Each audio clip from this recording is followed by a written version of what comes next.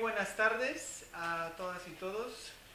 En primer lugar, yo creo que sería necesario...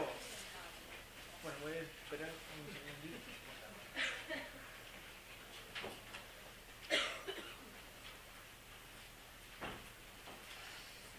Bueno, en realidad quería comenzar con algo bastante triste que nos acompaña desde estos días. Creo que es importante que en actos como este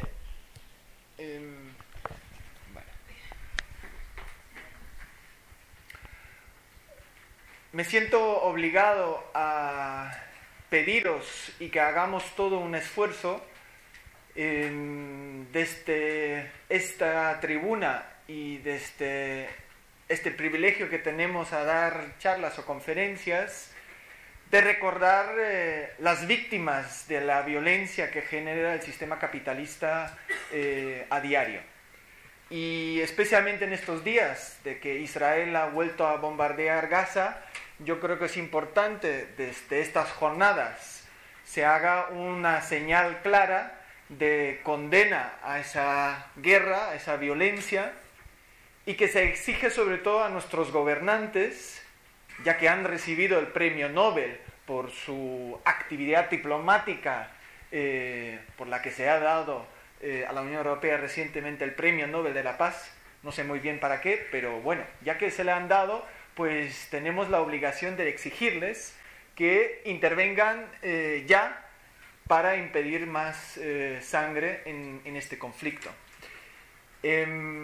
Simplemente eso, quería comenzar con eso, ya que no hemos tenido ningún símbolo de la lucha palestina hoy aquí con nosotros, pues a través de estas palabras, pues vaya nuestra solidaridad con las víctimas de estos días y de todos estos años de violencia. Bueno, el mensaje urgente y más importante que yo quiero plantear hoy al debate es cómo podemos volver a situar la crisis ecológica en el centro de nuestros debates, en la atención de los medios de comunicación, en el centro del debate público, junto a la justicia social y las movilizaciones en las que hemos ido participando y las que hemos ido impulsando a lo largo de los últimos meses, muy especialmente desde el estallido del movimiento 15M, pero los que participamos en los movimientos sociales desde hace muchos años más, pues por supuesto eso no era nuestro primer despertar, ¿no? Pero claramente, y por eso también he puesto esa primera imagen, tenemos que romper no solo el silencio sobre el cambio climático, sino tenemos que romper el silencio sobre la crisis ecológica, que es igualmente grave, o igual podemos plantear el debate, si no es más grave, de la situación de crisis social que actualmente y desde hace mucho tiempo ya afecta, digamos, a una gran parte, podemos decir a la mayor parte de la población mundial. Y sobre todo en momentos cuando estamos con nuestros propios problemas, con la cuestión del desempleo, con la cuestión de los desahucios, con la cuestión de la privatización de la sanidad, de la educación, etc., es muy importante recordar que hay mucha gente en el mundo que no han dejado de pasarlo mal, aunque nosotros hemos entrado en una fase donde mucha más gente está sufriendo la pobreza, la exclusión social, la marginación y muchos otros problemas que está siendo causado por el sistema capitalista. Y sobre todo me parece importante recordar cuando casi ha desaparecido de los medios de comunicación, y existen estudios muy recientes que os pueden aportar datos muy claros, como en términos cuantitativos, realmente de los grandes medios de comunicación ha desaparecido desde el año 2009 casi por completo la cuestión del cambio climático. Y como os podéis imaginar, he puesto esa imagen porque es una imagen que ha circulado en Estados Unidos, ha circulado en los días justo previos a las elecciones, cuando Obama fue reelegido presidente de Estados Unidos, y que fue también en relación a una campaña que diferentes organizaciones sociales, incluidos la de Occupy Wall Street, impulsaron para romper el silencio sobre el cambio climático. Y es curioso y es de analizar por qué justamente un alcalde derechista y muy conservador como el señor Bloomberg, días antes de las elecciones en Estados Unidos, apoyó públicamente a la reelección de Obama. Podría haberse elegido, digamos, el otro candidato. Y lo hizo porque pensaba que Obama va a tratar más el asunto del cambio climático en estos próximos años. Y quiero comenzar a relatar algunas apariciones de opiniones en los medios de comunicación muy pocos días, 2 o 3 días después de que el huracán Sandy llegó a la costa este de los Estados Unidos, causando lo que ustedes han visto en los medios de comunicación, por lo tanto no tengo que detallar qué pasó ahí. Lo que no se vio en nuestros medios de comunicación es que mientras en Estados Unidos existen diferentes planes de evacuación y rescate y diferentes organismos y mucho dinero para ayudar a la población afectada, días antes ese mismo huracán pasó por encima de las islas del Caribe y se llevó por delante poblaciones civiles en situaciones de extrema pobreza y marginación, como por ejemplo en Haití, y estas personas y estas víctimas del cambio climático y de la crisis climática pues no han recibido la misma atención mediática que la población en Estados Unidos. Entonces quiero comenzar a relatar algunas de las cuestiones, como por ejemplo, un representante de un instituto sobre la competitividad de las empresas en la revista Forbes, que es una revista que elabora siempre cuáles son las empresas más importantes a nivel mundial, decía que él ve muy negativo las resistencias de los ciudadanos de Nueva York a irse más a grandes superficies como Walmart, porque eso va a hacer mucho más difícil la recuperación después del huracán. La reconstrucción no pueden estar vinculados con normas sindicales, y ahí se refiere a que todas las obras de reconstrucción de puentes, túneles, etcétera, impone, digamos, que los salarios que se van a poner no son los salarios mínimos, sino son los salarios de la región, y concretamente de Nueva York y Nueva Jersey, las que se tienen que pagar a los trabajadores de construcción. Y él dice que no. En su artículo de opinión plantea, no, una situación como esta, pues no se deberían aplicar estas normas tan restrictivas de los derechos laborales y sindicales.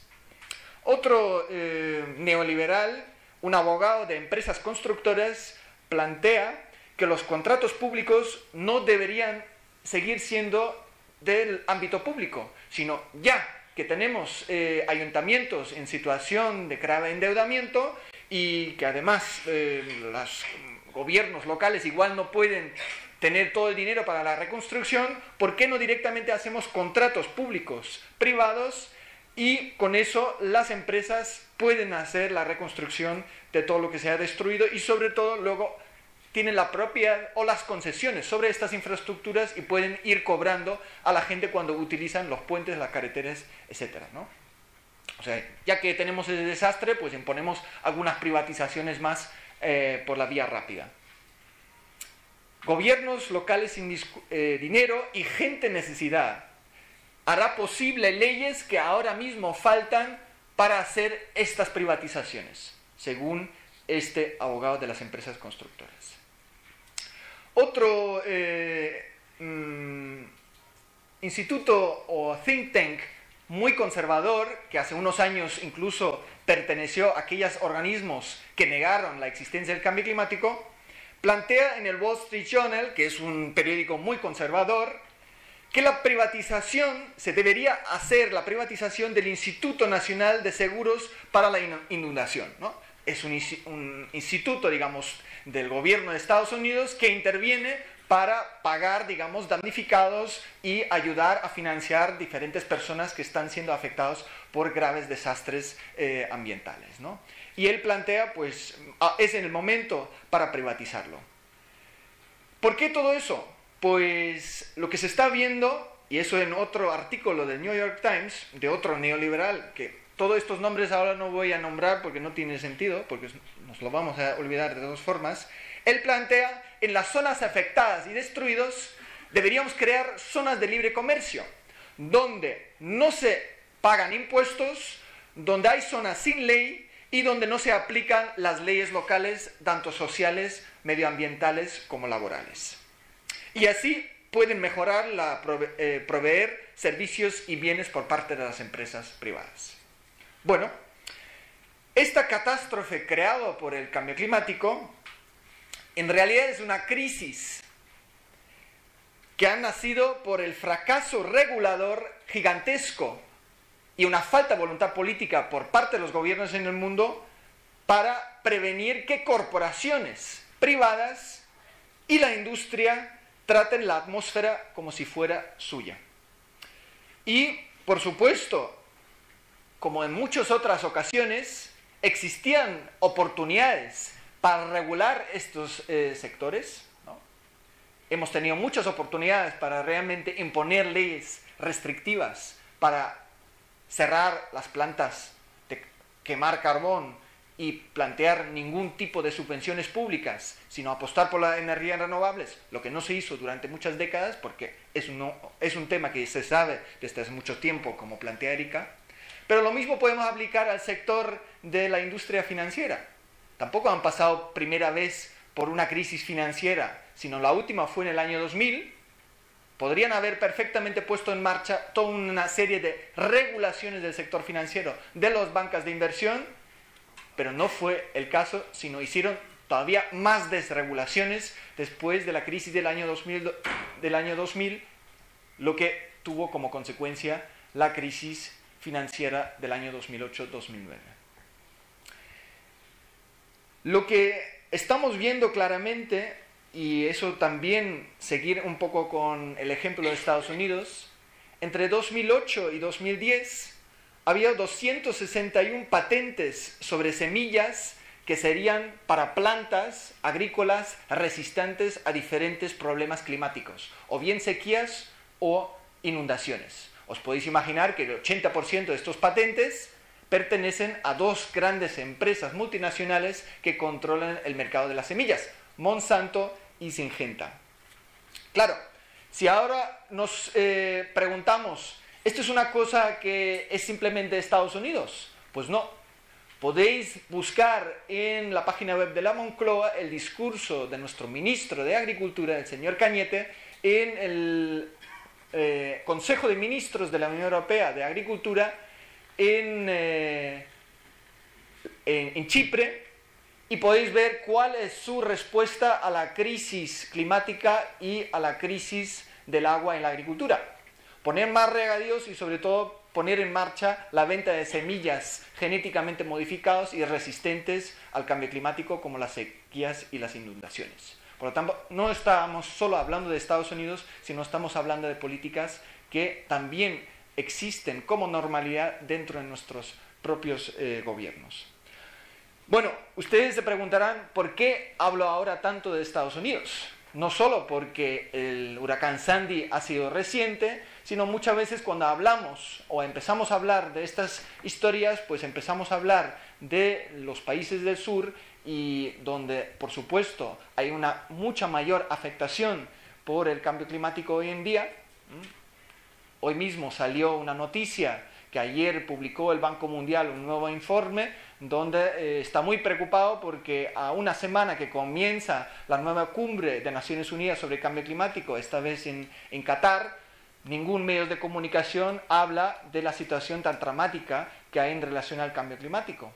Y nadie habla, casi ningún medio de comunicación, ningún gobierno, y lo habéis visto en la declaración de Cádiz de los jefes de Estado de Iberoamérica, tampoco hablaron de cambio climático, ni tampoco les preocupa mucho de poner en marcha políticas públicas de frenar esa crisis, esa emergencia climática, ¿no? Entonces ahora de repente son instituciones que han provocado el cambio climático, como el Banco Mundial, porque durante décadas ha financiado las industrias más sucias, las industrias más carbonizadas, las industrias que han extraído más carbón y han financiado con dinero y grandes subvenciones y grandes créditos a todas las grandes infraestructuras petroleras y gasistas a nivel mundial.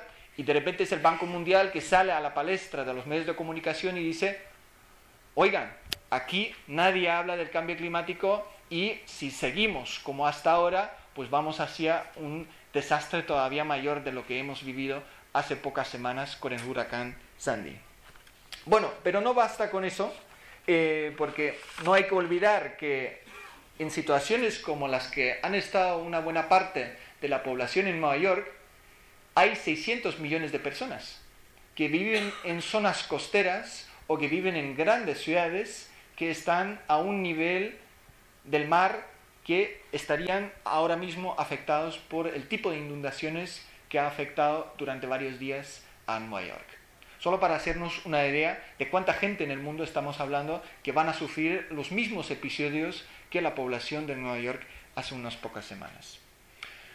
Para hacer, digamos, y con eso quiero terminar la parte, digamos, de nuestro viaje a Estados Unidos, el Economist, que es una revista pues muy neoliberal y como el órgano de publicidad por parte de las estrategias del poder económico político capitalista en el mundo, él planteaba en un artículo en relación al cambio climático en el noviembre del 2010 lo siguiente: solo las grandes empresas pueden sobrevivir el colapso.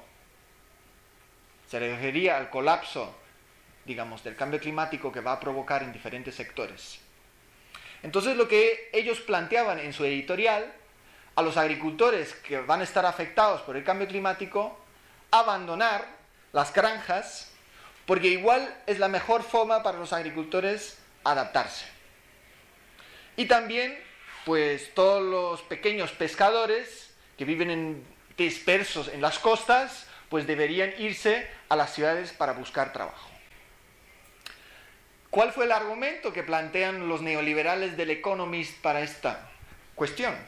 Proteger una sola ciudad, como una ciudad-puerto, tipo Nueva York o Boston, es mucho más fácil que proteger la población similar a lo largo de toda una costa, ¿no? Claro, un pensamiento muy lógico.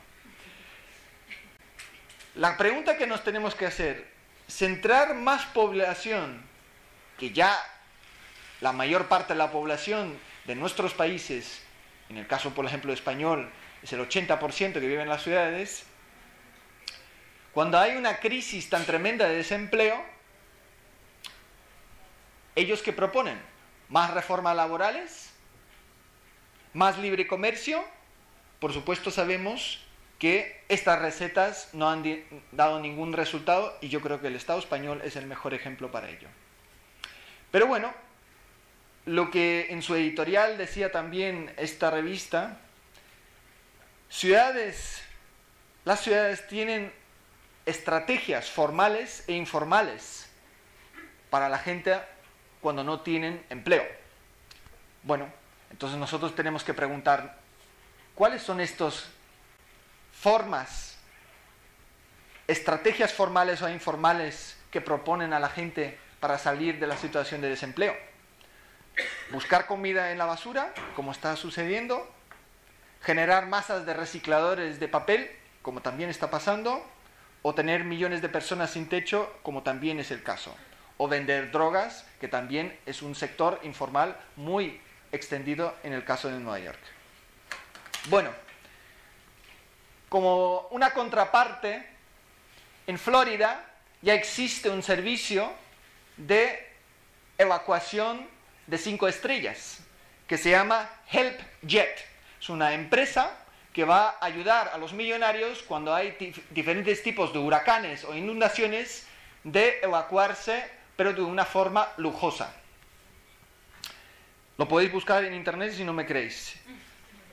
Hay cada vez más empresas privadas de seguridad que han contratado todo un ejército de bomberos privados porque, por supuesto, no confían de que los servicios públicos de los bomberos vayan a rescatar primero a los millonarios y a los grandes clientes que pueden pagar para que sean primeramente rescatados en casos de inundaciones. Esas son un poco las cuestiones cuando nosotros tenemos que plantearnos.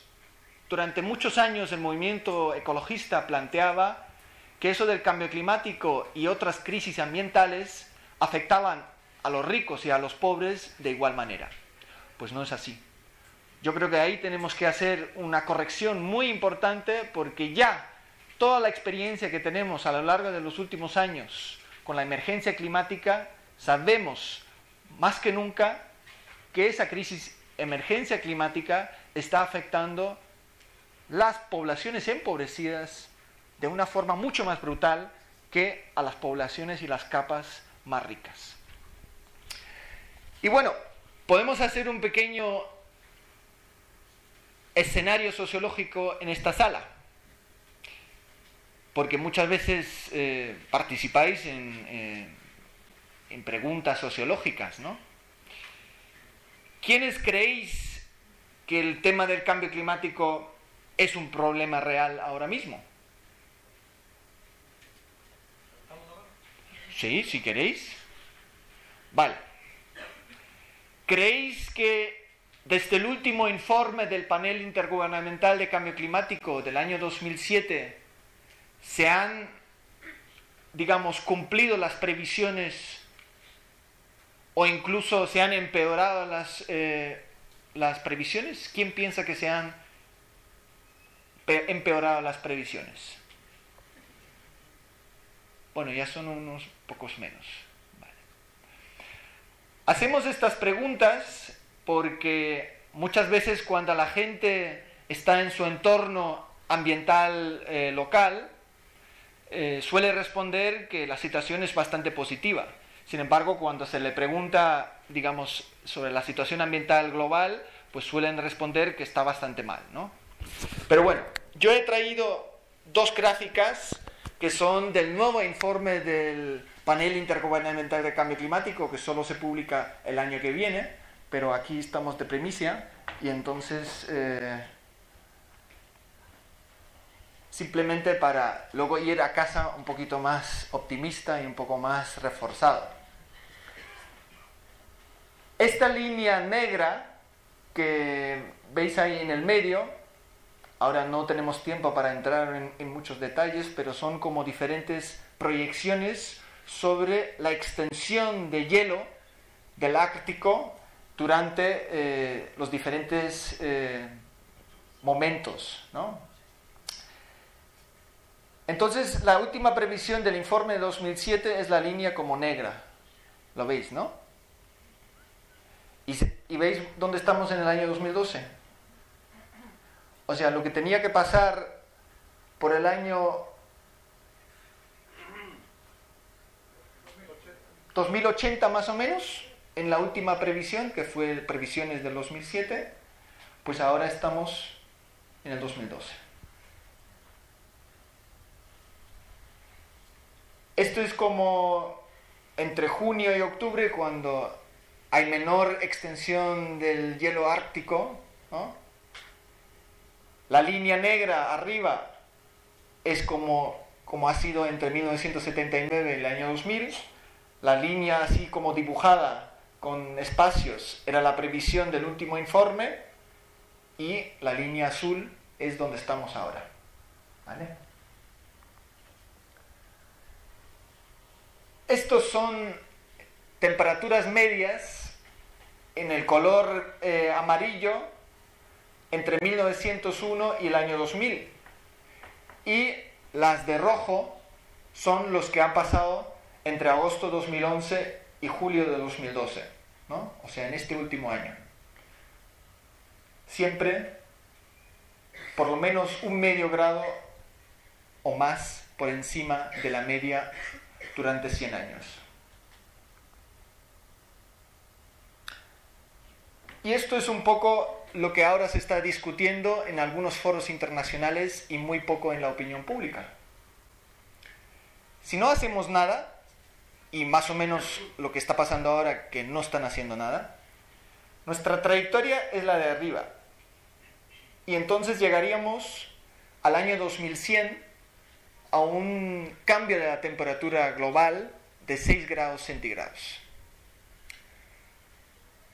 En el informe del Banco Mundial que publicó ayer, hablaban de que la región mediterránea se tendría en meses como julio-agosto un aumento de temperatura a partir del año 2050 de unos 9 grados centígrados. O sea, ¿os podéis imaginar Sevilla cuando ya hace bastante calor? Una media de 9 grados centígrados más. Lo dejamos ahí. Bueno, yo vuelvo un poco. Ahora nos hemos distraído suficientemente de algunas imágenes que simplemente nos ayudan a ver la realidad.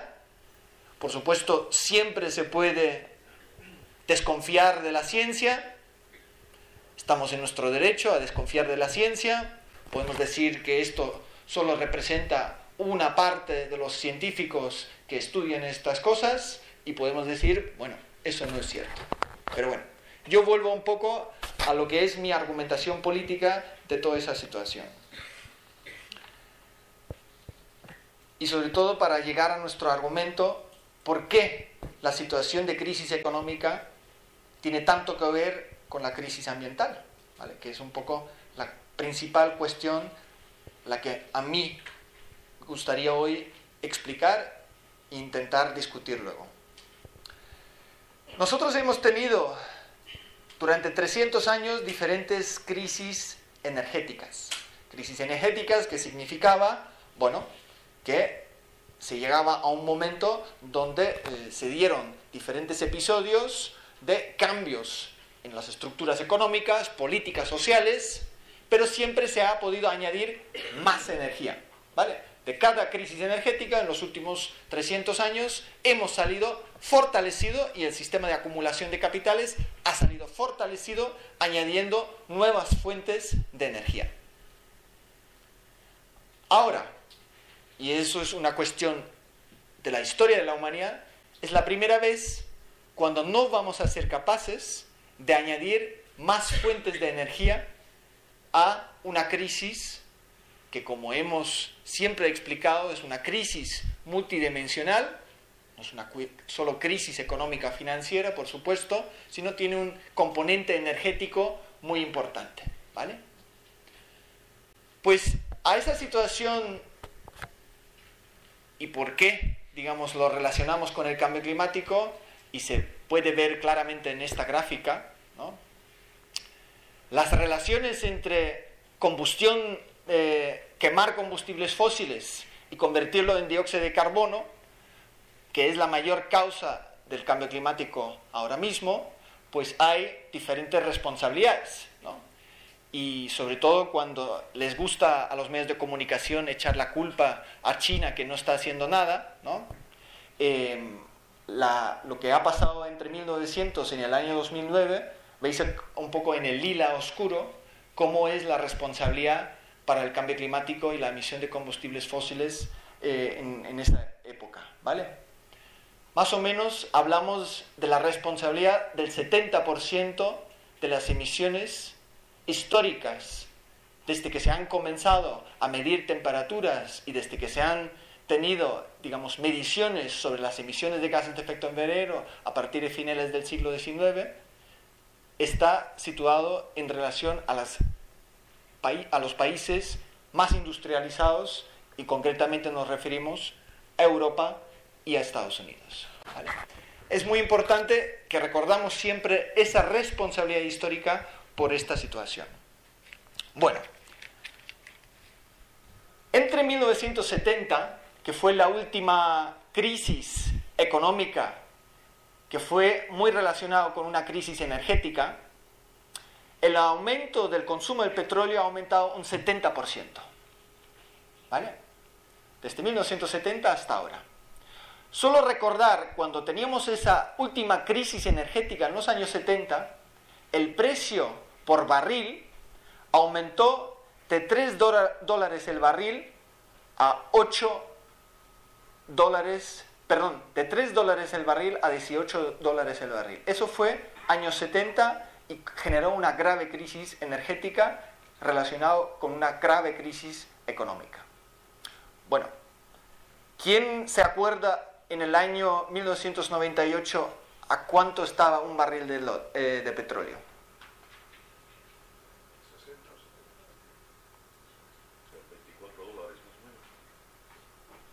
8 dólares el barril.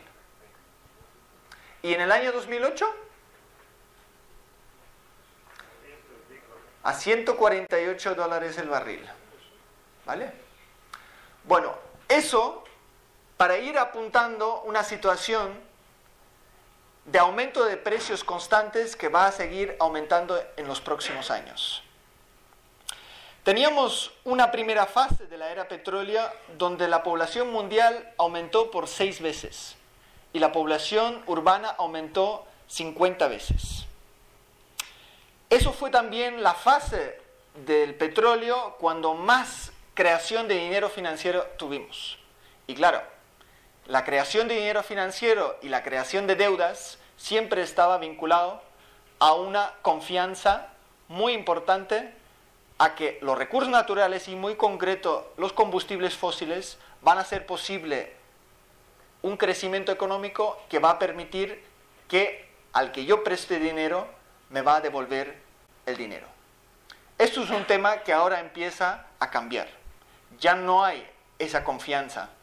Empieza a haber una muy gran desconfianza a que va a haber suficientes recursos y nosotros ahora en estos minutos queremos mostrar por qué no va a haber suficientes recursos en el futuro para generar el crecimiento económico que sería necesario para pagar las deudas que se han generado actualmente en el sistema financiero internacional. Ni Estados Unidos, ni la Unión Europea, y mucho menos el Estado español, va a tener un crecimiento económico que le va a permitir devolver las deudas en sus múltiples formas, las deudas de las familias, las deudas de las empresas, las deudas de los bancos y del gobierno. En esta segunda fase en la que estamos ahora, hay un aumento de precios constantes y la oferta está bajando cada vez más. Hay una menor calidad del petróleo y sobre todo cada vez se están empleando tecnologías más peligrosas para llegar a estas fuentes de petróleo. Estamos hablando de la fractura hidráulica, ¿no?, que va a contaminar aguas, conocido como fracking. Estamos en Canadá con uno de los desastres ambientales más grandes de la historia, que se conoce como las arenas bituminosas, que son gigantescas zonas totalmente deforestadas y donde se lava la arena, que tiene un 5 o a veces un 2% de concentración de petróleo, y con agua se limpian y se separa el petróleo de la arena, que luego genera, digamos, gigantescos lagos llenos de residuos tóxicos que de vez en cuando se rompen y contaminan ríos de zonas muy amplias en Canadá. Y eso es una forma de extraer petróleo, pues que también se está empezando a aplicar en diferentes zonas de la costa oeste de África. Pero también tenemos explotaciones a aguas muy profundas y situaciones como la explotación de la plataforma de British Petroleum en el Golfo de México, pues que se pueden ir repitiendo. Y en ese sentido igual le recomiendo echar un vistazo a la entrevista que se hizo a Antonio Brufau de Repsol ayer en el periódico El País, cuando él se queja de que hay una movilización social fuerte en Canarias porque Repsol quiere explorar ahí si hay petróleo o gas en las zonas cercanas costeras a Canarias, ¿no? Y la gente pues teme, si realmente empiezan a hacer eso, pues que eso puede afectar al sector turístico y puede causar situaciones parecidas como se ha vivido en otras zonas del mundo. Bueno, lo que es importante también a destacar, el petróleo funciona como un subsidio energético, un subsidio financiero, porque sin el petróleo no podríamos ir extrayendo toda una serie de recursos mineros, de gas, de carbón, y muchos otros recursos naturales que son fundamentales para la cadena de generación de valor en la economía. Entonces, podemos decir que con esa segunda fase en la que estamos ahora, el petróleo funciona como una situación indispensable para el robo de recursos naturales que se está dando a nivel internacional. Si hay un agotamiento de esta fuente de energía, que es una fuente de energía muy manipulable, muy fácilmente transportable y no sustituibles por otras fuentes de energía. Nosotros podemos generar electricidad a través de energías renovables, pero la cantidad de densidad energética que tiene el petróleo y la forma, en el 95% del petróleo, el 95% del transporte motorizado a nivel mundial gasta petróleo, nos podemos imaginar cómo eso puede afectar a la economía mundial, al comercio internacional, a la economía en todas sus facetas, porque la economía globalizada de hoy en día depende en un 95% de petróleo y sus derivados. Eso como un apunte, ¿qué impactos sobre la economía va a tener el agotamiento de recursos naturales y muy especialmente el petróleo?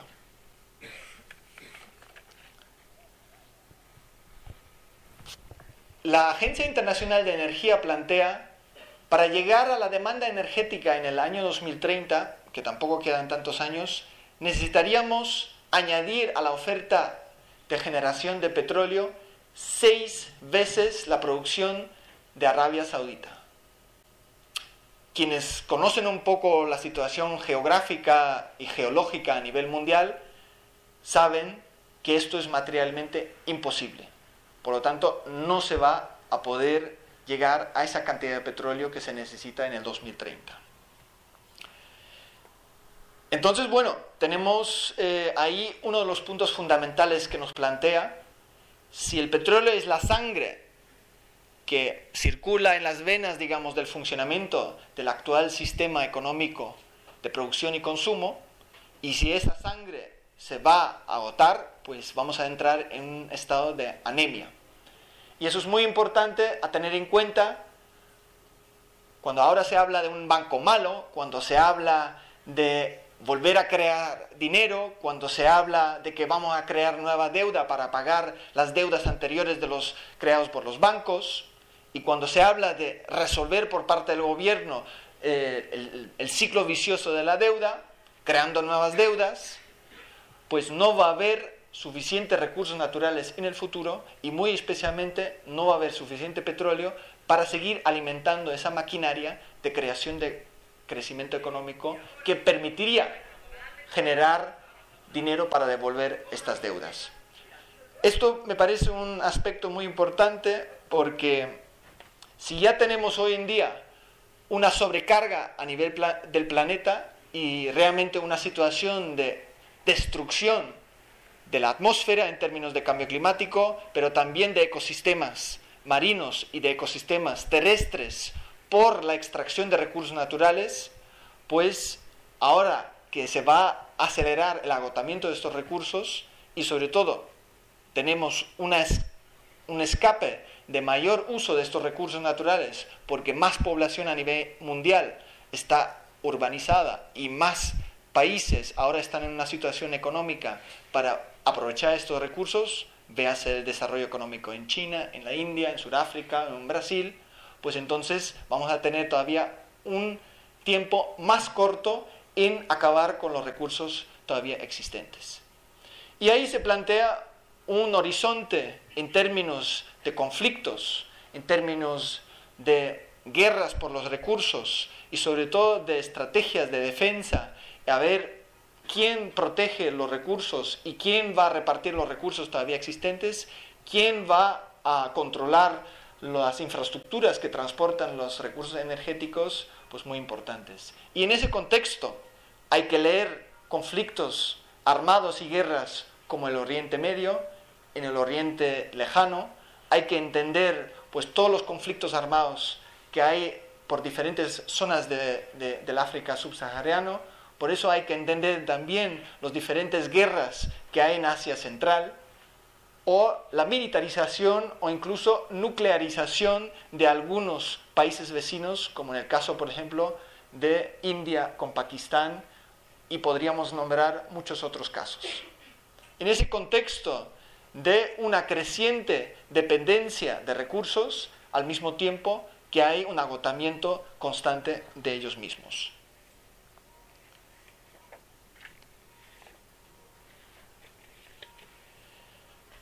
Y quiero poner otro ejemplo, ya que hemos tenido recientemente la cumbre iberoamericana aquí cercana en Cádiz, y en algunos medios de comunicación se ha hablado de algunos de los temas que ahí se han tratado. Muy en concreto se ha hablado de un país que se llama Colombia. Y en Colombia hay una cuestión que es menos conocido, que hay unos 5 millones de desplazados internos, que han huido del conflicto armado que azota el país desde hace muchas décadas. Un conflicto armado que ahora, justo hoy, entra en una fase de unas negociaciones entre una guerrilla armada, las FARC, y el gobierno. Estas negociaciones de paz tienen lugar en La Habana. Lo que no se puede leer mucho en los medios de comunicación y sobre las declaraciones del presidente de Colombia en estos días es que Colombia ahora mismo va hacia un país minero. Quiere triplicar la exportación de recursos mineros y quiere duplicar su extracción de carbón. Eso reduciendo los impuestos que pagan las grandes empresas de un 35% a un 25% de las ganancias de la extracción minera que hacen en Colombia. Por esta pérdida de ingresos públicos, han perdido solo en el año 2009 53% de posibles ingresos del presupuesto general del Estado. O sea, podrían haber ingresado 53% más de impuestos a las empresas extractivistas. Y eso es más dinero de lo que el gobierno pretende dedicar a las víctimas del conflicto armado, que, como hemos dicho, 5 millones de desplazados internos, pero también hay muchísimas familias que tienen, por ejemplo, 50.000 personas que han desaparecido, ¿no? Antes vimos el video de Allende, y cada vez que veo ese video, pues, no sé, me emociono mucho porque fueron palabras muy importantes. El año que viene se van a cumplir 40 años del golpe de Estado en Chile, y ahora que estamos con golpe de estados financieros, pues es importante recordar que en algunos lugares del mundo se han impuesto el modelo neoliberal a través de golpes de estados, como el de Chile. En el caso colombiano, siempre se ha dicho que es una democracia. Sin embargo, pues ha tenido muchísimas víctimas a lo largo de estos años de imposición de un modelo económico capitalista, ¿vale? Y en este caso, pues estamos viendo que el gobierno pues hace políticas públicas donde ni siquiera se exige a las grandes empresas pagar un precio justo por todos los recursos naturales que extraen. ¿Por qué cuento eso?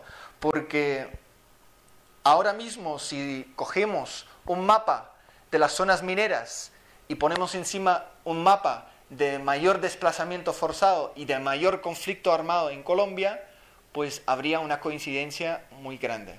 Existe una ONG que se llama CODES, que ha hecho un informe del año 2011, donde plantea que el conflicto armado y el desplazamiento forzado están muy relacionados con los intereses económicos.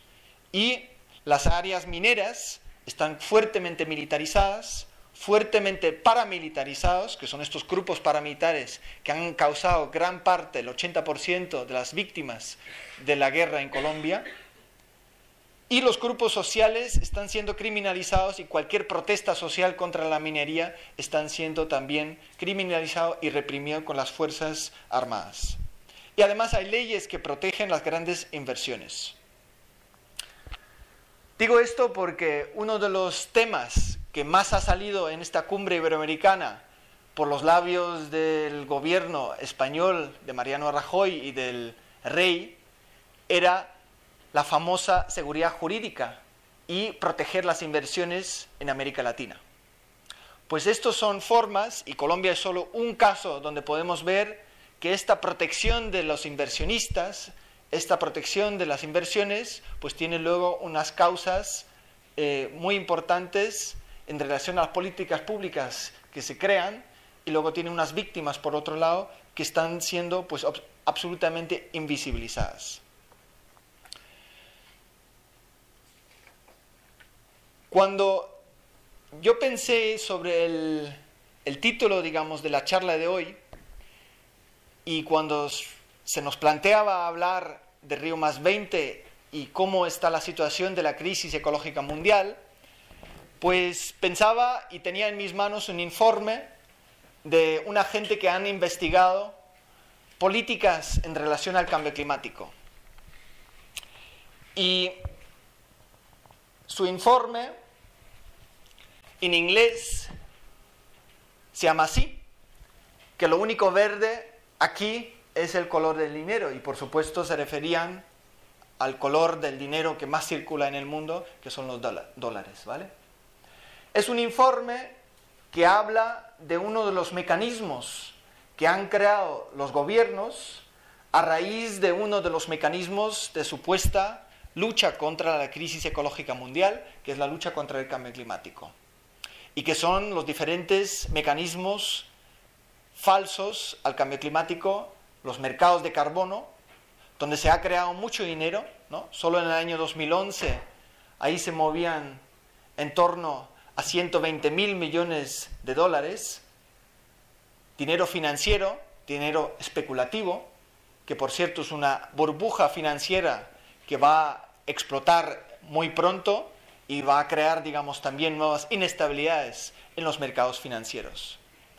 Bueno, la imagen que tengo aquí en esta presentación os señala cómo funcionan estas falsas soluciones al cambio climático en el caso español. Aquí tenemos una de las mayores empresas responsables del cambio climático, unas empresas que actúan a ese nivel internacional de los que nos ha hablado Erika en su anterior intervención, y que aquí vemos cuánto dinero reciben y han ganado por recibir permisos gratuitos de contaminación. Esto se llama el Sistema Europeo de Comercio de Carbono. Es un sistema que se ha implementado a partir del Protocolo Kioto. Es un sistema donde el gobierno da permisos gratuitos a las empresas para seguir contaminando. Si os fijáis ahí abajo, hay como una gráfica y se ve que había más de 52 millones de toneladas de dióxido de carbono que eran excedentes, que las empresas ni siquiera emitían cuando se hacían las leyes del Estado español, cuando se permitían a dar estos permisos gratuitos a las empresas. Concretamente a las grandes empresas Endesa Unión Fenosa, que tienen grandes emisiones por sus centrales térmicas de carbón que generan la electricidad, pues se les ha dado más permisos de contaminar de lo que realmente emitían cuando se hacían este tipo de legislaciones. Bueno, yo lo que he puesto aquí es ese gráfico de una investigación de un grupo que se llama Carbon Trade Watch, que es una pequeña ONG que se ha dedicado a desvelar las mentiras sobre los mecanismos flexibles del Protocolo Kioto y sobre todo desmantelar un poco esa máscara y quitárselo a los gobiernos y a las grandes empresas para mostrar que con dinero público y con políticas públicas estamos subvencionando a los criminales climáticos. O sea, aquellas empresas que causan el cambio climático, no solo no le estamos obligando a que cambien su actividad económica, sino encima les estamos subvencionando con dinero público para generar grandes beneficios, y como vemos en estos casos, ¿no? ArcelorMittal, una de las mayores empresas de generación de acero en el mundo, pues ganó entre 2008 y 2011 263 millones con estos permisos gratuitos, ¿no? O otra empresa que fue mencionado, Repsol YPF, 105 millones, por no hacer nada. No han hecho nada beneficioso para la sociedad ni para el mundo. Simplemente han conseguido un mecanismo de hacer dinero a través de políticas que le han permitido a contaminar gratuitamente la atmósfera. Bueno, esto es uno de los elementos que me lleva a plantear la necesidad de revisar fundamentalmente todo tipo de políticas y las salidas a la crisis que se plantean hoy en día. La salida a la crisis económica financiera va a estar muy centrado en la cuestión del abastecimiento del petróleo y los recursos naturales. Y estos recursos energéticos y los métodos de extracción de energía no son neutral socialmente como muchas veces se nos hace entender desde la academia. Desde muchos estudios universitarios y desde muchos medios de comunicación y desde muchas lecturas académicas se nos pretende mostrar que este modelo energético, este modelo de extracción de recursos en la que se basa nuestro modelo económico, en la que se basa el crecimiento económico y sobre todo que es causa fundamental para la crisis ecológica a nivel mundial, es una cuestión neutral. Nosotros queremos destacar que esto, por supuesto, no es así, sino hay unas formas de valor, hay unas formas del Estado burgués y instituciones internacionales que están detrás de ellos. Pero sobre todo hay una serie de dinámicas de mercantilización y de abastecimiento de estos recursos y hay una utilización de políticas públicas a favor de creación de beneficios privados que son muchas veces los que menos están en la mira de las diferentes movilizaciones o de la oposición o del debate público en relación a ello, ¿no? Nos hemos centrado muchas veces cuando se trataba la crisis ecológica o concretamente el cambio climático en situaciones de cómo se puede adaptarse, de cómo se pueden, ir refiriéndose a las movilizaciones internacionales, a las grandes cumbres de cambio climático, pero muy pocas veces nos hemos centrado en mirar cuáles eran los grandes responsables, cuáles eran las grandes empresas que eran los causantes de esa situación. Pues nosotros creemos que es el momento de plantear la cara a los que son los responsables, ponerles cara y nombre y apellido y, a raíz de eso, pues plantear diferentes estrategias políticas y de movilización.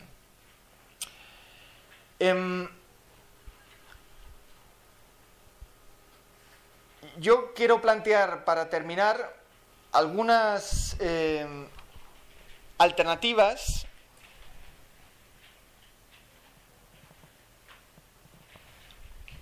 sobre todo en la línea de las movilizaciones que hubo en torno, digamos, a esa cumbre de Río +20, ¿no?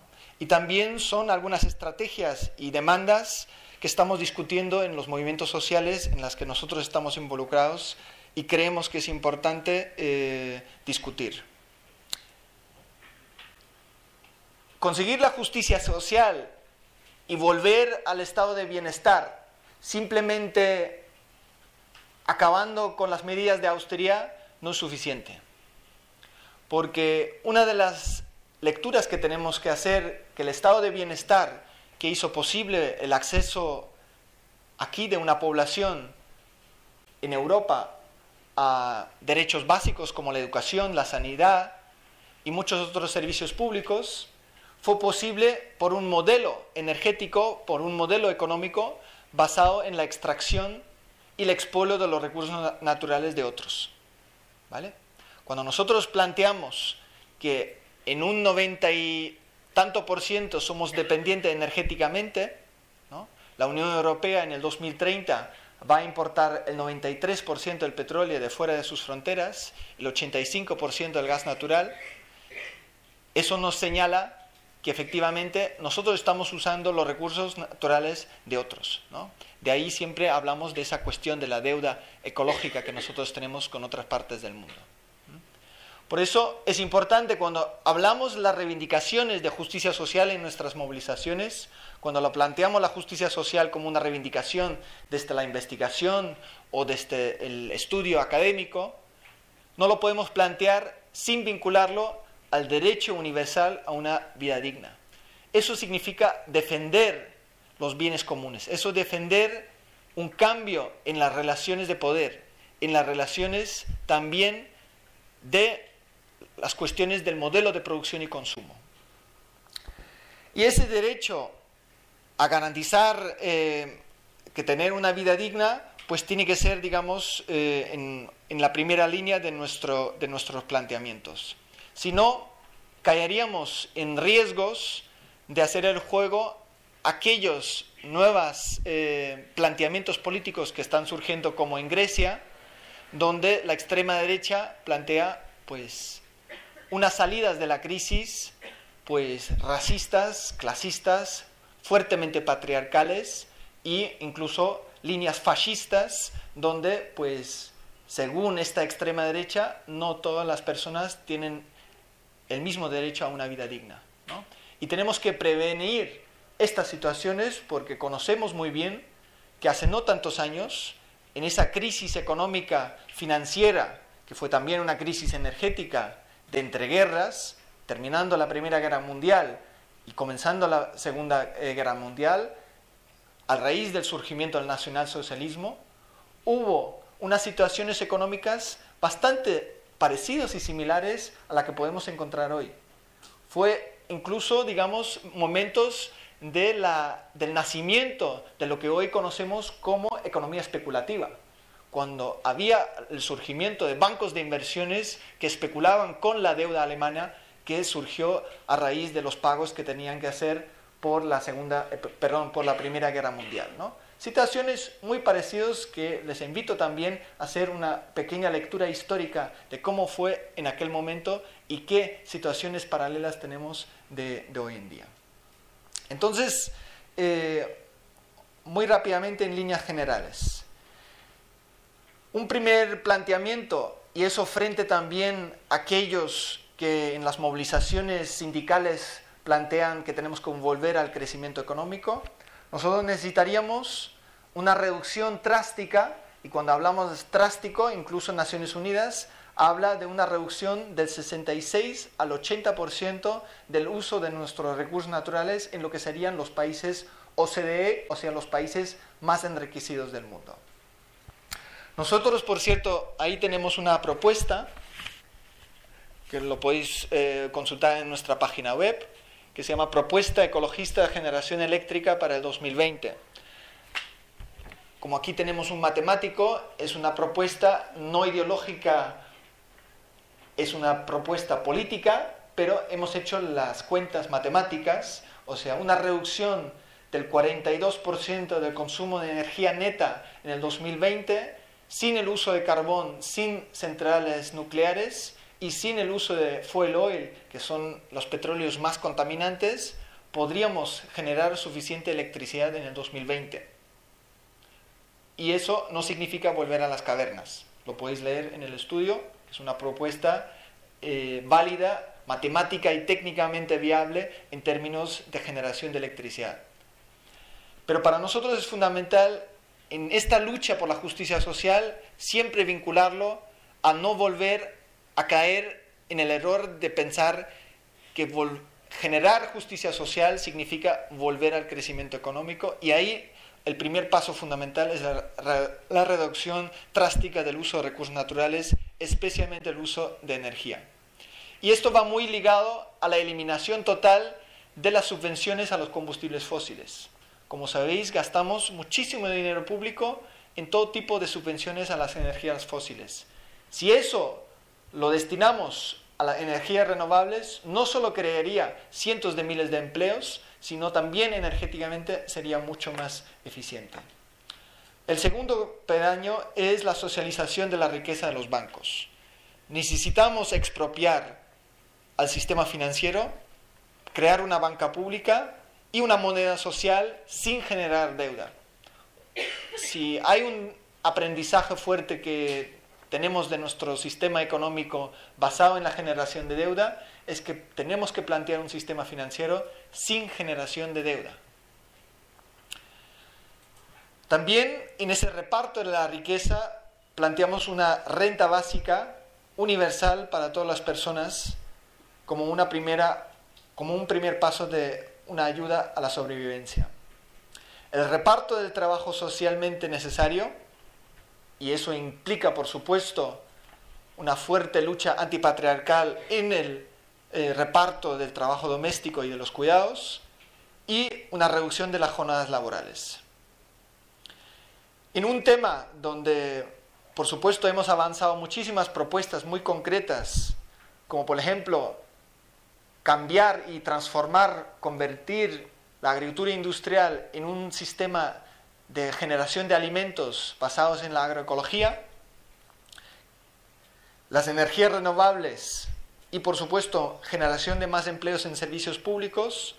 Todo esto sería para reducir o reconvertir y, por supuesto, ir eliminando algunas de las industrias que no podemos seguir manteniendo. Eso, por supuesto, también va a generar nuevos conflictos con el sector sindical. O sea, no somos tan ciegos que eso no va a generar nuevos conflictos, pero planteamos que sectores como infraestructuras, lo que implica las grandes cementeras o las grandes empresas de infraestructuras, el sector automovilístico, el sector aeronáutico, el sector de la construcción de armas, todos estos serían sectores que para nosotros no tienen posibilidad de futuro. Deberían irse cerrando estos sectores a favor de crear nuevos sectores económicos, ¿vale?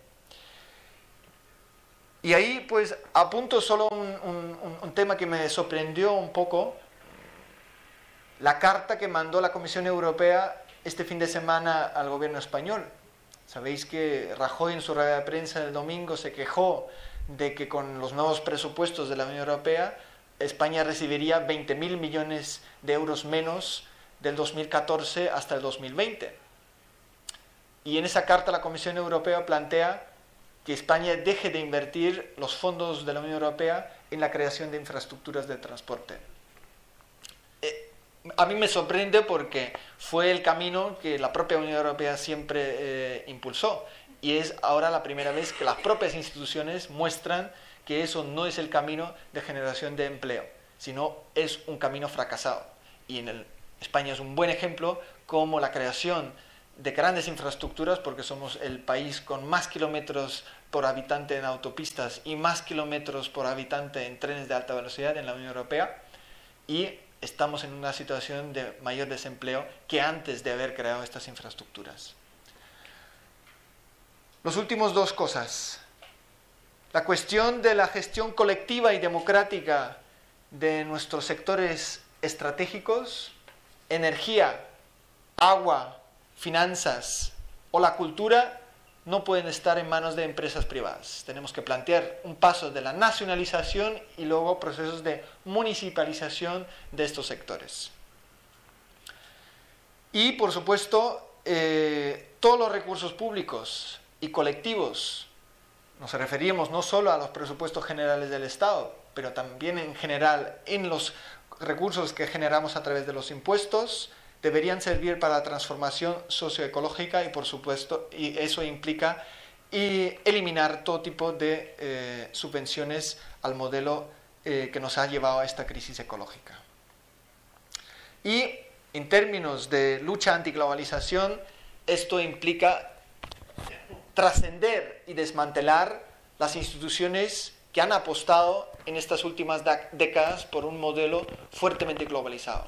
O sea, cuando pensamos en el Banco Mundial, cuando pensamos en el Fondo Monetario Internacional, cuando pensamos en la Organización Mundial de Comercio o en la propia Unión Europea, que siempre se nos han planteado como instituciones neutrales, instituciones que nos han ayudado para crear riqueza y felicidad en las sociedades, pues tenemos que dejar muy claro que no podemos crear alternativas, no podemos superar estas crisis manteniendo las mismas estructuras de poder, las mismas instituciones. Tenemos que trascenderlos, desmantelarlos, y eso, por supuesto, también implica crear alternativas a las instituciones europeas.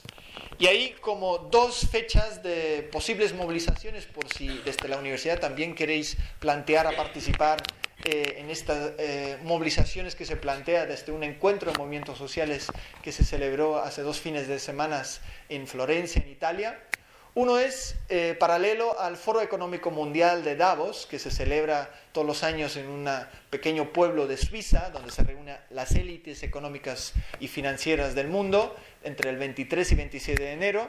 Se plantea la ocupación de bancos, porque como sus dueños están en Davos y no están en casa, pues ocupamos su casa, o sea, su banco. Y eso, por supuesto, vinculados un poco a esa ofensiva de los bancos en relación a la privatización y mercantilización de la vida y la naturaleza que nos ha contado antes Erika.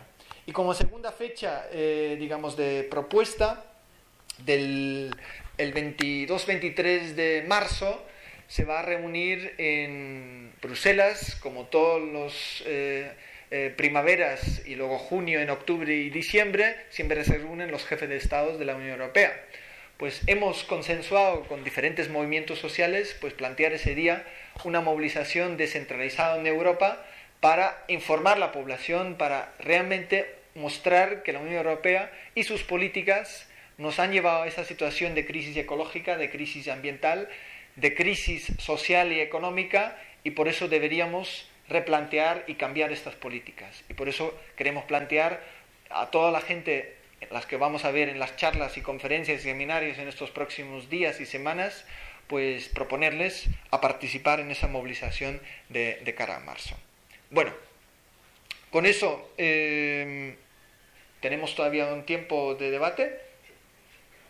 Vale. En primer lugar, por alusiones, me ha dicho, aquí hay un matemático, tal. Pues muy bien, creo que tenéis una propuesta que parece muy interesante de reducir el consumo energético para, en fin, cubrir el consumo de electricidad con una reducción del 42%.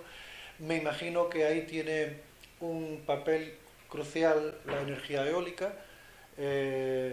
Yo que viajo mucho y recorro las carreteras, las autopistas de nuestro país, veo con gran alegría que cada vez hay más molinos por ahí. Creo que incluso tengo entendido que nuestro país exporta esa tecnología, es un país pionero en el desarrollo de la energía eólica. Y mi pregunta sería, pues, ¿qué opina Ecologistas en Acción o tú acerca del desarrollo de ese tipo de tecnología? Me imagino que es algo bueno.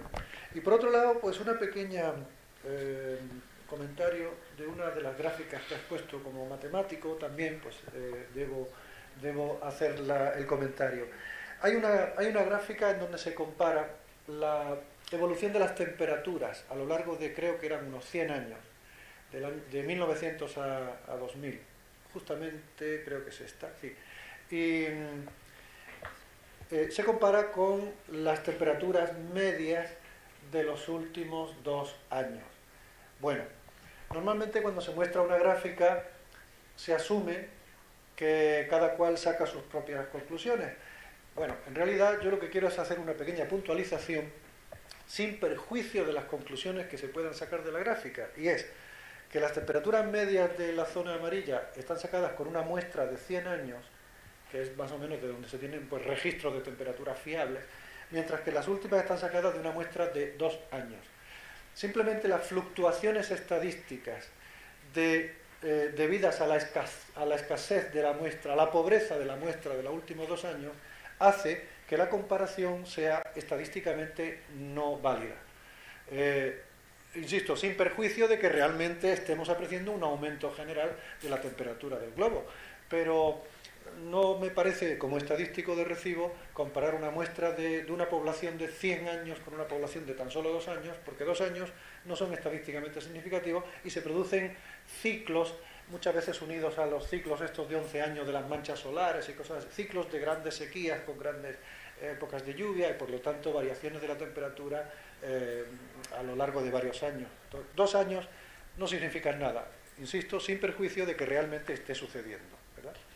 Aquí yo creo que hay 2 cuestiones importantes a resaltar. Que el julio del 2012 fue uno de los 4 julios más cálidos en la historia de tomar datos en las agencias de meteorología en Estados Unidos, ¿vale? Y todos estos 4 julios más cálidos de estos últimos 100 y pico de años desde que se empezó a tomar los datos, pues fueron todos en estos últimos 4 o 5 años, ¿vale? Por supuesto, perfectamente puede ser desde una visión matemática incorrecta, y se puede decir que ustedes están manipulando la población con ese tipo de datos. Aquí habría que poner otra gráfica tal vez añadida, que también lo podéis encontrar en muchas presentaciones sobre este tema, que sería, digamos, todo el ciclo de datos desde el comienzo de recogida de datos hasta hoy en día, ¿no? Y ahí claramente se ve que no solo es una cuestión estadística de 2 años, sino de recogida de datos de todo aquellos. Y de hecho existe todo un informe del panel intergubernamental de cambio climático que lo presentó el año pasado, justo antes de la cumbre de Durban, donde mostró un poco las cifras de cómo los aumentos y los mayores aumentos en el ciclo de estos los últimos 100 años, pues eran en los últimos 10 años, ¿no? O sea, no eran cuestiones que los mayores fluctuaciones eran pues un poco en los años 50 y luego un poquito en los años 70, sino este aumento global del 0,7%, y ahora nos estamos acercando al 0,8 grados centígrados desde 1890 hasta hoy en día. Este aumento global pues realmente ha tenido unos aumentos brutales en estos últimos años. Y también una cosa que siempre intentamos corregir cuando hablamos de la emergencia climática. No solo es una cuestión de aumento de temperatura, ¿no? Igual por eso tiene razón que no debería haber puesto una gráfica más, porque ya solo con la del hielo igual hubiera sido suficiente para ilustrar, digamos, la situación tan grave en la que estamos, ¿no? En ese sentido tiene razón, ¿no? Y nos equivocamos muchas veces cuando planteamos la cuestión que la gente solo está centrada en las cuestiones del aumento de temperatura, sino es mucho más que eso, en el sentido de la aparición de diferentes cambios brutales en la situación climática, ¿no? Entonces, cuando tenemos de repente mucho frío, o de repente hay muy buenas lluvias en el invierno, muchas veces los medios de comunicación vuelven a decir, bueno, aquí no hay ningún problema porque estamos en una situación normal, ¿no? Pero la cuestión más importante que resaltan siempre los climatólogos es lo extremo de las situaciones va aumentando, ¿no? Y solo en este año 2012, pues cuando tenía que haber monzones en la India, teníamos sequías muy fuertes. Cuando teníamos que tener sequías en Filipinas, que era a finales del verano, teníamos unas inundaciones brutales. Teníamos unas pérdidas muy importantes de cosechas en Estados Unidos por la sequía que azotó en Estados Unidos. Tailandia lleva 3 años inundados en gran parte del territorio, pero sobre todo hace 2 años, ¿no? Fuertes inundaciones.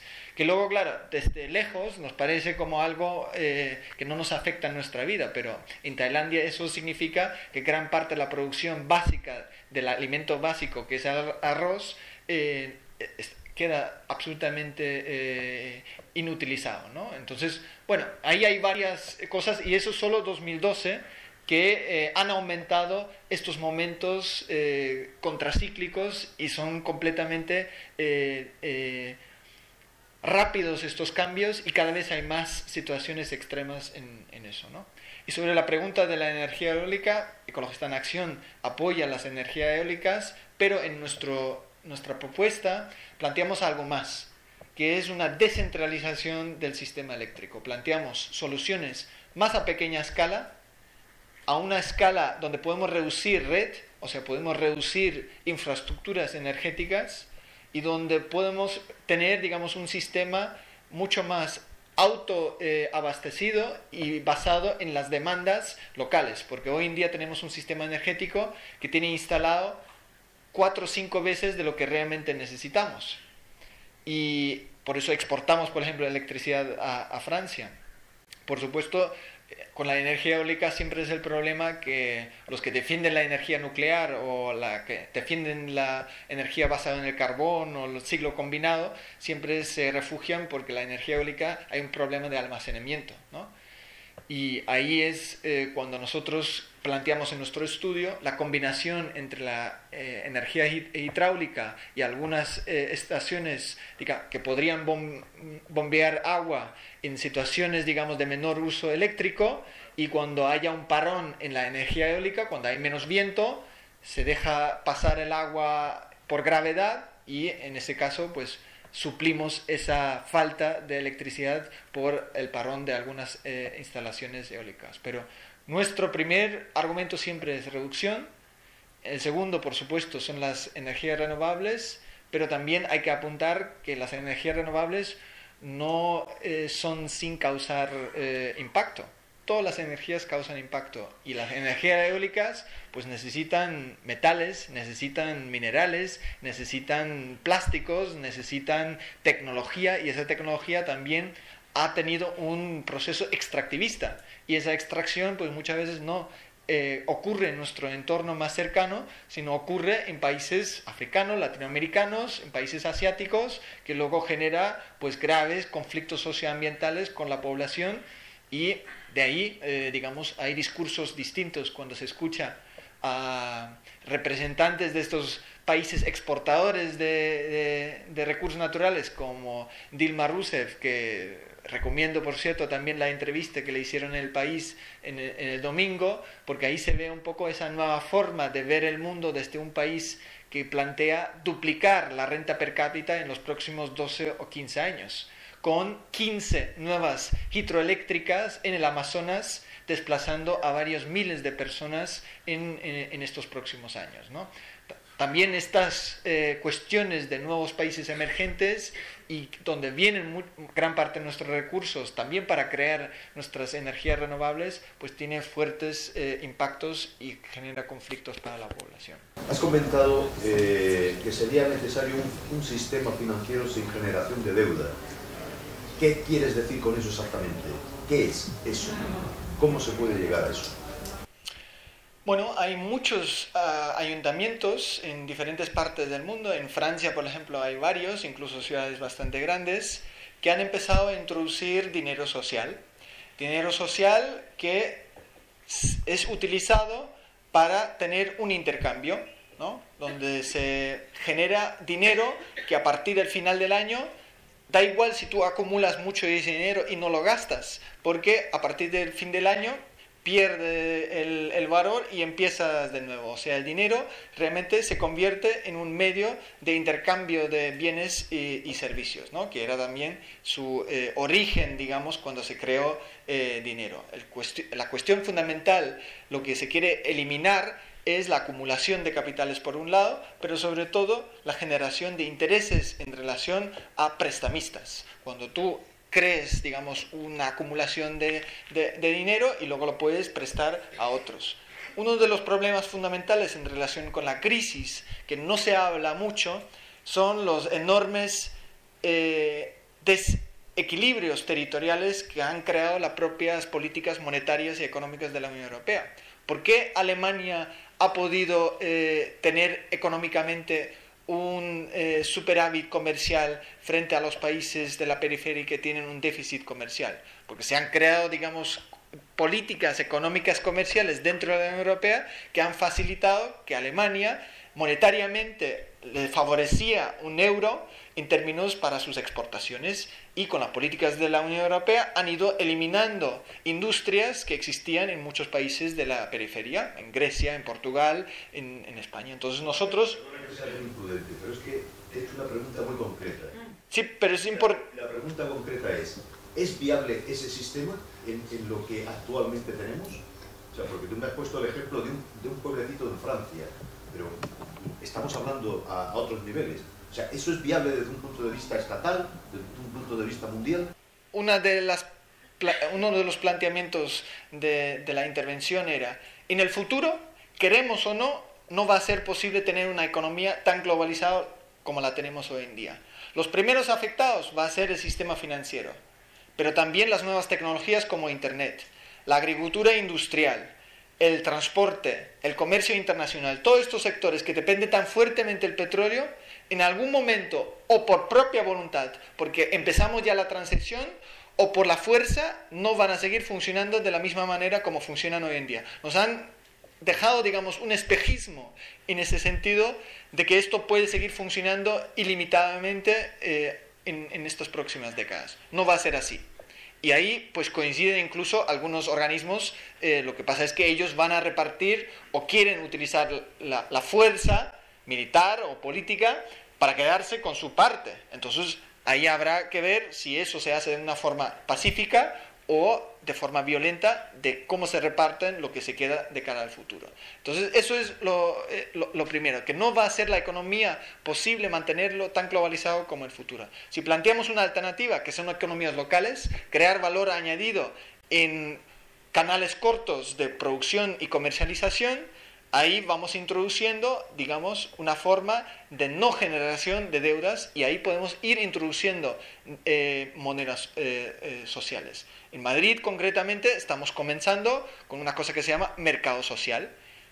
Incorporan 80 tiendas o pequeñas empresas que ofrecen diferentes servicios y su clientela va a empezar a tener, digamos, por cada compra que hace, un boñato, que es, digamos, una unidad económica que tú no puedes ir acumulando infinitamente, sino tú tienes que ir gastando, y cuando llegamos a un modelo donde podemos empezar a intercambiar bienes y servicios dentro de estas empresas que participan en el mercado social sin utilizar el euro, pues entonces lo que nos interesa es que circula esa moneda social, pero lo que no generamos es un sistema monetario que genera una acumulación, la posibilidad de acumular esta moneda, sino que simplemente sirva como un medio de intercambio.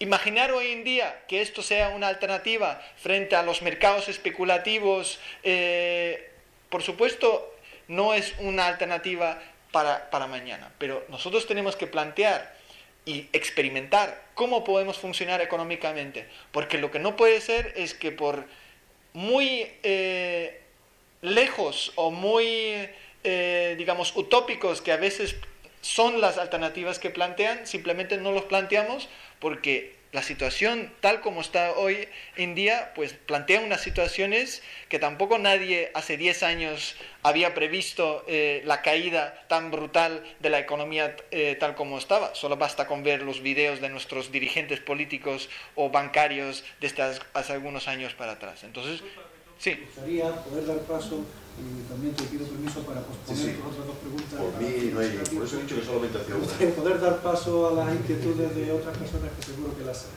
Dice, es necesaria una gestión colectiva y democrática de las fuentes de energía. Enlazo con lo que acabas de decir y estamos hablando de un sistema político asambleario, ¿o no? Queremos un sistema de democracia participativa, necesitamos núcleos mucho más reducidos. Estamos viendo que no hay democracia a nivel europeo, en las instituciones europeas, no hay democracia con la democracia representativa tal como la tenemos hoy en día.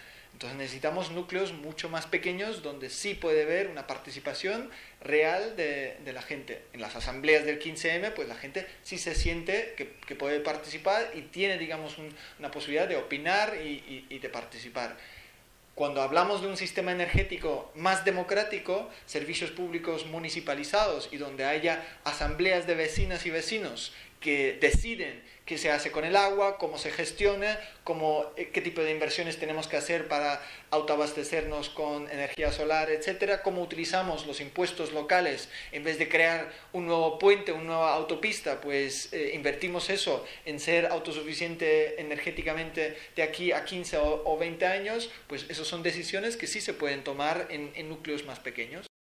Tendríamos que ir a un sistema asambleario, que es la única vía que nos podría conducir a esto, a un sistema financiero sin generación de deuda y a una gestión colectiva y democrática de la fuente. O sea, pero necesitamos un cambio de sistema político, claro. Asambleario, no de otro tipo. se está viendo que ahora mismo hay una mayor participación en las movilizaciones porque también se han creado algunos mecanismos de asamblearios donde la gente puede expresarse, puede opinar, puede participar, puede proponer, y yo creo que estas son formas que están generando mucha legitimidad y también mucha simpatía en la propia población. ¿Es posible esto fuera de un sistema asambleario? Yo creo que solamente en un sistema asambleario es viable, ¿no?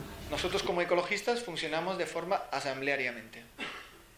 La tercera, que era la primera, has dicho en un momento determinado, al principio de tu intervención, dice, ahora no se pueden añadir más fuentes de energía, refiriéndote a que estamos en una crisis energética, que en crisis energéticas anteriores se ha salido reforzado, como tú mismo has dicho, con nuevas fuentes o con nuevas formas de obtener energía, y dices que ahora no. ¿Te has planteado qué pasa con la energía nuclear de fusión? Hay los diferentes estudios de la Asociación sobre la investigación sobre el pico de petróleo, también un libro que hemos editado que se llama El capitalismo, la crisis del capitalismo global 2000-2030, donde se explican estas cuestiones con mayor detalle. Todo lo que ahora nos hacen, digamos, nos explican que puede haber, digamos, otras fuentes, que pueden suplir, digamos, la falta de petróleo o recursos fósiles en el futuro, tecnológicamente no existen todavía. Ya se ha conseguido contener el plasma.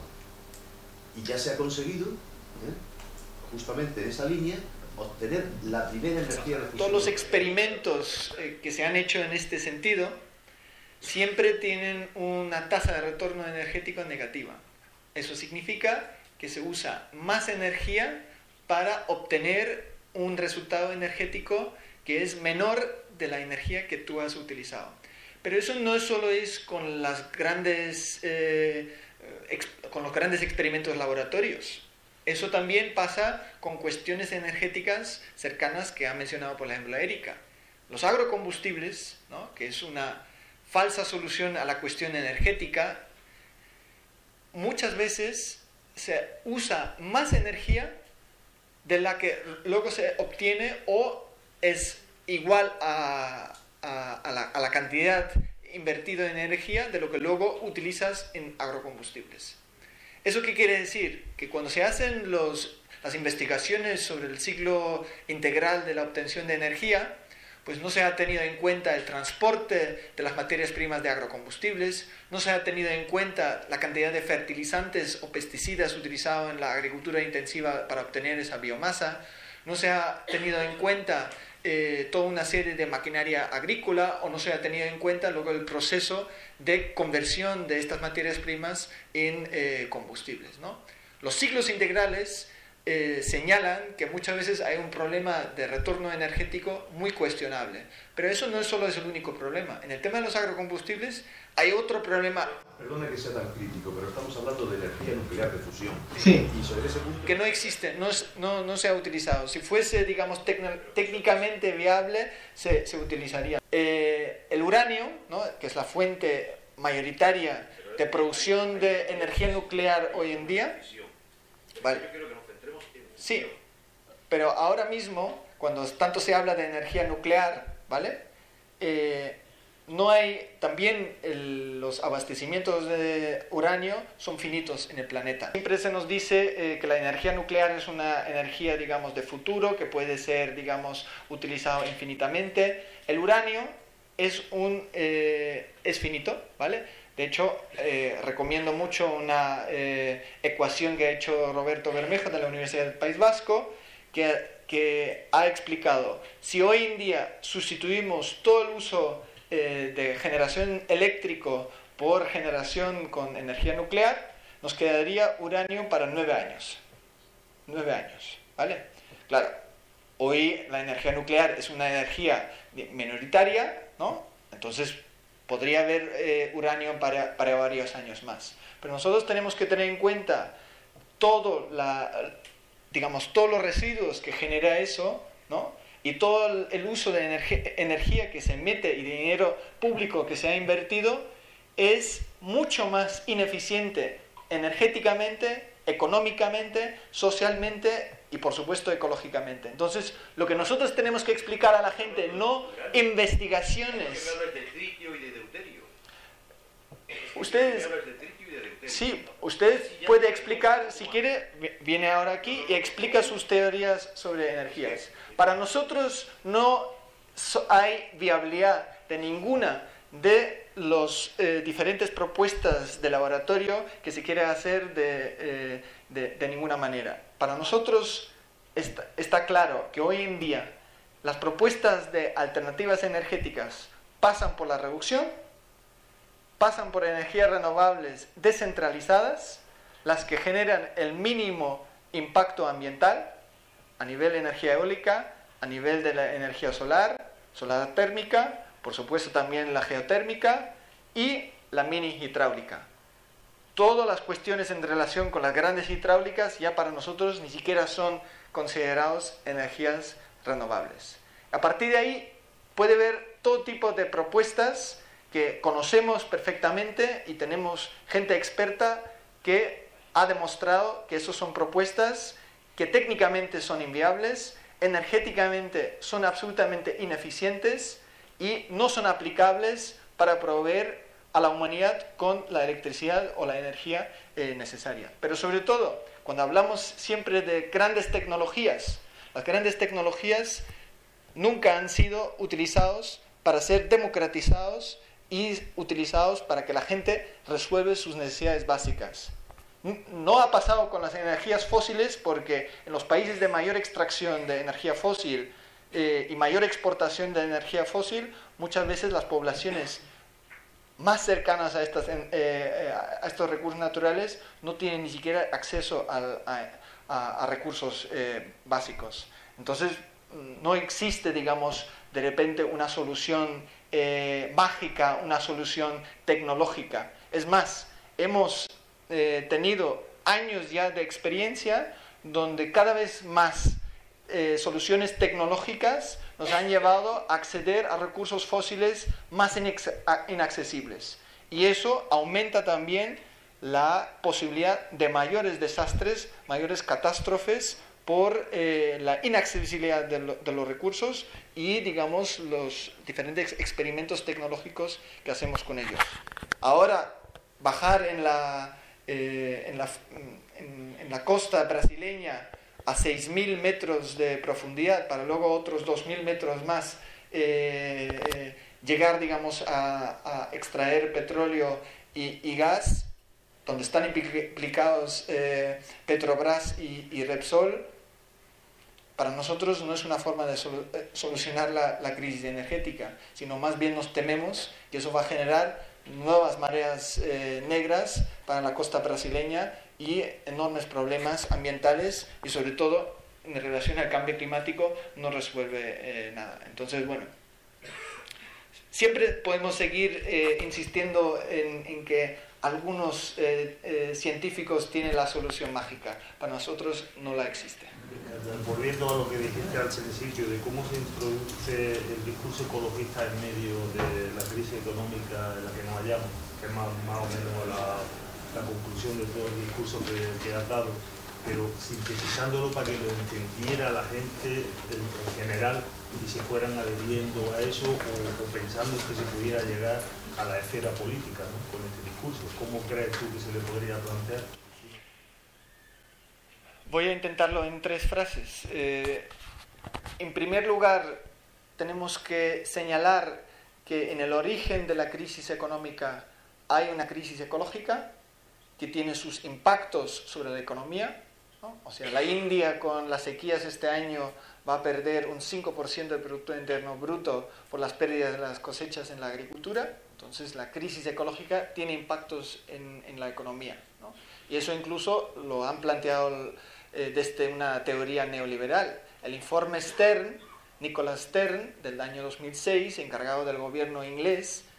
El Stern era un economista neoliberal del Banco Mundial. Simplemente él hizo una ecuación matemática y él plantea a los gobiernos: por cada euro que no se invierte ahora en prevenir el cambio climático, ustedes, y hizo todas unas tablas, pues gastarán tanto en el año y así consiguientemente, ¿no? Entonces, esto ya no solo es un discurso ecologista, la cuestión, digamos, del impacto económico de la crisis. Y eso va a ser mayor de cara al futuro. El segundo elemento es salir de esta crisis sin tener en cuenta la crisis ecológica, simplemente nos va a llevar a mayores crisis ecológicas que van a tener mayores impactos en la economía y por lo tanto sobre el conjunto de la sociedad. Y en tercer lugar, si realmente queremos buscar alternativas, en estas alternativas se tiene que tener en cuenta la justicia a nivel global. O sea, no podemos simplemente pensar en que nosotros salimos de la crisis y que al resto de la humanidad, pues, ¿no? Y el segundo elemento, internamente, en relación al medio ambiente, tiene que haber un factor de justicia ambiental. Y el tercer factor es la cuestión también a nivel de las desigualdades de género que hemos generado internamente en la sociedad, ¿no? Son elementos que muchas veces en las propuestas de salida de la crisis no se tienen en cuenta. Ahí había otra palabra. Que los mismos propietarios de los combustibles fósiles han entorpecido mucho y los gobiernos han entorpecido mucho ese tema también, el desarrollo de una alternativa.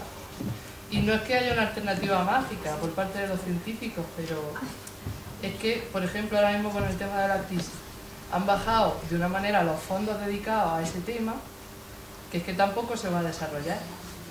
Y también veo que hay una falta de confianza muy grande en nosotros, porque como también se está dando el seminario aquí en la Facultad de Ciencias, parece que no hablar de energías renovables nos lo tomamos un poco como un insulto, ¿no? Porque un poco la llave está en nosotros también. Que nos vemos tan afectados. No entiendo el último. Por lo de las energías renovables, que has dicho que no había una solución mágica por parte de los científicos que fuese viable. Y yo digo que hasta ahora es porque me ha interesado y a partir de ahora es porque no se destina dinero a eso tampoco, por el tema de la crisis. Siempre se intenta esquivar de que va a haber un plan B en relación a la crisis energética, ¿no? Hay como un pensamiento común que existe en la academia, en los medios, pero también en general en la población. Ya vendrá una alternativa, ya encontrarán una solución, ya vendrá alguna propuesta. Los que han estudiado así profundamente el tema de energía han mostrado no solo que la densidad energética que tiene el petróleo no se puede comparar, por ejemplo, ni siquiera con el carbón, y hoy en día el 50% de nuestra electricidad a nivel mundial generado es con carbón, pero incluso el carbón es menos denso energéticamente que el petróleo. Y eso ha tardado sus varias decenas de años, varias decenas de millones de años en crear, digamos, esa energía. Y yo creo que hay un conocimiento científico suficiente para saber que esto está, digamos, situado en algunas partes y tiene sus limitaciones, ¿no? Como podemos imaginarnos que también las capas geológicas son finitas, ¿vale? A partir de ahí, nosotros podemos aprovechar recursos renovables, pero también es limitado. O sea, podemos utilizar el sol, pero también tenemos recursos minerales limitados para hacer las placas solares. Y tenemos recursos limitados para hacer aerogeneradores. Eso es un poco el mensaje que nosotros queremos trasladar, que todas las energías tienen un impacto, pero sobre todo todos necesitan algún tipo de material para transformar la energía en electricidad o en otros usos. Y que no es una cuestión de que no tenemos confianza en nosotros mismos, sino es una cuestión de tenemos que cambiar el chip y tenemos que empezar a enfrentar la realidad de que este espejismo que hemos vivido 150 años, solo 150 años, no tiene nada que ver con la realidad que la humanidad ha vivido a lo largo de su existencia, donde ha vivido con muchísimo menos energía. y todo lo que tiene que ver con crecimiento económico, con todos los inventos tecnológicos que se han vivido en estos últimos 150 años, con viajes al espacio, etcétera, etcétera, que esto era en relación al uso del petróleo y que esto en algún momento se va a agotar. La cuestión es, o lo queremos esperar hasta que eso pase, o si queremos tener un debate democrático donde todas las personas en el mundo que no han tenido un acceso igualitario a estos recursos tengan derecho a ello y tengan participación en ello, o pensamos que nosotros nos sentimos más privilegiados y más en derecho en usar estos recursos frente a 5.000 millones de personas que no tienen el uso de la energía el que tenemos nosotros. Y al mismo tiempo hemos cometido ya un aprovechamiento, una ocupación de nuestro espacio atmosférico por encima del derecho de otros. O sea, si no hay agua en los Andes en las próximas décadas y eso va a generar desplazamiento forzado de las poblaciones campesinas e indígenas por la desaparición de los glaciares y por el cambio climático, no es porque ellos hayan gastado mucho petróleo en subir y bajar al pueblo, sino porque nosotros y nuestro modelo de producción y consumo a lo largo de la historia ha generado las emisiones que les va a quitar el derecho a una vida digna en el territorio donde ellos han nacido, ¿vale? Entonces, yo creo que eso es un planteamiento ético distinto, que no solo es una cuestión de buscar una solución tecnológica, sino es una cuestión política, es una cuestión social, es una cuestión filosófica y ética, y tiene que ser gestionado por el conjunto de la sociedad. No es una cuestión de que tengamos la confianza o no en la ciencia, porque la ciencia no es neutral. Ha sido siempre utilizado en términos de las relaciones de fuerza y al poder dominante. Y la energía se ha utilizado para mantener el poder dominante de las élites a lo largo de las últimas décadas.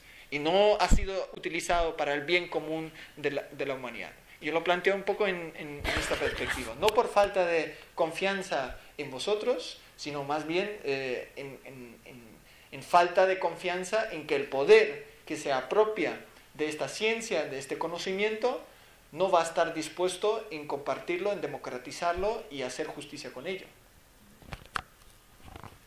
Pues muchas gracias, Tom. La verdad es que, bueno, yo como matemático, científico, miembro de esta facultad, pues algo conozco de la energía de fusión. Sé que no requiere más que hidrógeno, es fácil de conseguir. No produce ninguna clase de residuos más que helio, a lo sumo, que es un gas inerte, que no es venenoso, que se va rápidamente fuera, pero no sé mucho más. De todas formas... Pero deberías saber más, porque el hidrógeno, para generarlo, se necesita muchísimo más energía de lo que realmente luego se en absoluto, produce como 100 millones de veces más energía que la que pide para extraer el hidrógeno del agua. Bueno, pero en todo caso... Yo propongo como propuesta alternativa, para que este tema no quede así en el aire, hagamos unas jornadas sobre energía, ¿vale? Organicemos una jornada sobre energía, traemos las diferentes posturas, porque justo hace poco hemos estado con Pedro Prieto, el presidente de la Asociación Española de los Estudios del Pico de Petróleo, pero también tenemos a alguien del CIEMAT, CSIC dentro de nuestra organización. Podemos traer gente que os pueden demostrar con sus propios estudios científicos que no existe la cuestión del... ellos han investigado la cuestión del hidrógeno y pueden demostraros que hay investigaciones científicas que demuestran que se necesitan, pero muchísimo más energía de lo que luego se podría utilizar y aprovechar con ella. En todo caso, hay una cuestión, gracias Tom, en todo caso hay una cuestión... Porque el hidrógeno no es energía. Ya, de la que no se ha mencionado, es un concepto físico, el de entropía. Cualquier clase de energía, da igual, energía limpia, energía nuclear, energía eólica, la que sea, cualquier clase de energía se utiliza para transformarla. Porque nosotros lo que hacemos es transformarla. La energía no se pierde ni se destruye, lo dijo ya hace tiempo Newton. Pero el hidrógeno no es entonces, energía. Hidrógeno no es energía. Vale. En todo caso, cuando nosotros utilizamos energía, lo que hacemos es transformarla. El último estado de la energía es calor. Y lo único que hacemos nosotros, utilizando la energía, mucha o poca, limpia o sucia, es convertirla en calor. Ese es un gran problema que no se ha mencionado en este debate y que habría que tener otro seminario, otro lugar de debate. Mientras sigamos necesitando energía, por muy limpia que sea, seguiremos generando calor y contribuyendo al calentamiento global. Es una cuestión para meditarla. Bueno, no obstante, creo que ya nos hemos pasado de la hora. Sí, sí. Como estamos en una facultad de ciencias, simplemente quiero aclarar ese último. La entropía generada por los combustibles fósiles no es la misma entropía generada por las energías renovables. Hay diferentes grados de generación de entropía. El máximo grado de entropía generado es por las energías fósiles. Y segundo aspecto, el problema de calor es porque nosotros emitimos unos gases que luego concentran el calor que con la reflexión de la Tierra se devuelve al espacio. Ahí se genera lo que conocemos el efecto invernadero. No porque algunas transformaciones de energía generen calor, ¿sí? Podría hacerse un estudio en una ciudad como Nueva York o Madrid de cuánto calor te prenden, por ejemplo, los aparatos de aire acondicionado, que seguramente será, digamos, un grado muy pequeño del calor añadido. Pero eso no es el problema. El problema fundamental son los gases que son invisibles, que no tienen calor, que se acumulan en la atmósfera durante cientos de años y que retienen el calor reflejado en la Tierra. Eso es el efecto invernadero y que no tiene nada que ver con la cuestión de la generación de calor por los propios mecanismos de transformación de energía.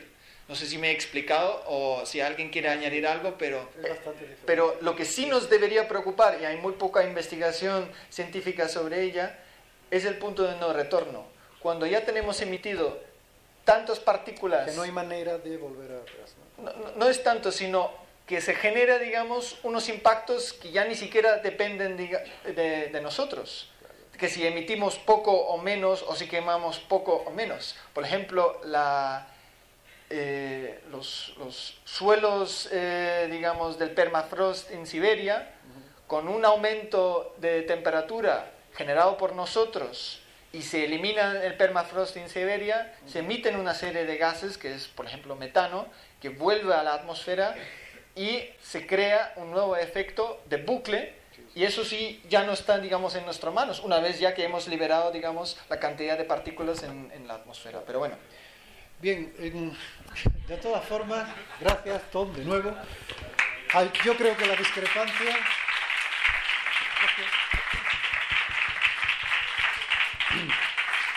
Y discrepando y debatiendo es como se logran las soluciones importantes. En todo caso, gracias a ustedes por venir.